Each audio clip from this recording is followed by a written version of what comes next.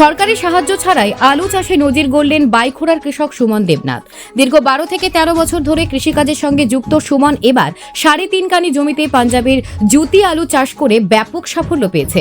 সুমন জানান, এবারের আলুর ফলন আশানুরূপ হয়েছে। প্রতি কানিতে 120 থেকে 125 বস্তা আলু উৎপাদন করেছেন তিনি, যা অন্যান্য কৃষকদের তুলনায় অনেকটাই বেশি।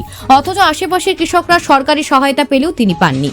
তবুও নিজের প্রচেষ্টায় বাম্পার ফলন করেছেন। সম্প্রতি কৃষিমন্ত্রী এলাকার কৃষকদের সঙ্গে মত বিনিময় করেন এবং আলু চাষের গুরুত্ব দিয়ে আলোচনা করেন। এতে আরো উৎসাহিত হয়েছেন সুমন। তিনি আশা করেন ভবিষ্যতে রাজ্য সরকার ও কৃষি দপ্তর তার মতো কৃষকদের পাশে দাঁড়াবে। সুমন বেকার যুবকদের উদ্দেশ্যে বলেন, চাকরির অপেক্ষায় বসে না থেকে কৃষিকাজে এগিয়ে আসুন। এতে আর্থিকভাবে স্বাবলম্বী হওয়া সম্ভব। এলাকার মানুষ সুমনের সাফল্যে গর্বিত এবং তার পরামর্শকে গুরুত্ব দিচ্ছেন। নামটা কি? সুমন দেবনাথ। কোন জায়গা এটা? বগাভাই ডিসাব ডিভিশনের অন্তর্গত বাইখোড়া পশ্চিম সড়ক ভাই। আপনি কত বছর যাবৎ কৃষিকাজের সঙ্গে যুক্ত আছেন? তো প্রায় 12-13 বছর থেকে। এবছর আলুর ফলন কেমন হয়েছে? টোটাল প্রতি কানিতে 120 বস্তা থেকে 125 বস্তা পাঞ্জাবের জুতি যেটা লাগিয়েছিলাম আর কি। আচ্ছা, কতটুকু জায়গায় আপনি আলু চাষ করেছেন? 3.5 কানি, 3টা প্লট মিলে। অন্যান্য বছরের তুলনায় এবার উৎপাদন কেমন হয়? অন্যান্য বছর থেকে এই বছর উৎপাদন অনেকটাই ভালো। তো আপনি কৃষি দপ্তর থেকে কি এই আলু উৎপাদনের জন্য কোনো প্রকার সাহায্য পেয়েছেন?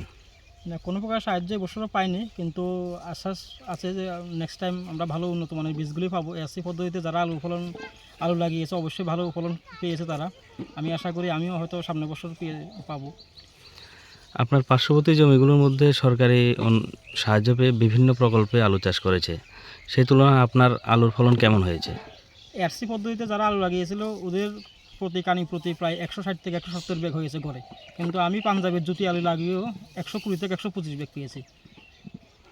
তুলনামূলক অনেকটাই ভালো আমার। তাদের থেকে আপনি ভালো ফলন পেয়েছেন? পাঞ্জাবের সরকারি বীজ না লাগিয়েও আমি পাঞ্জাবের বীজটা লাগিয়েও ভালো ফলন পেয়েছি, যেখানে 120 থেকে 125 হয়েছে কানিতে।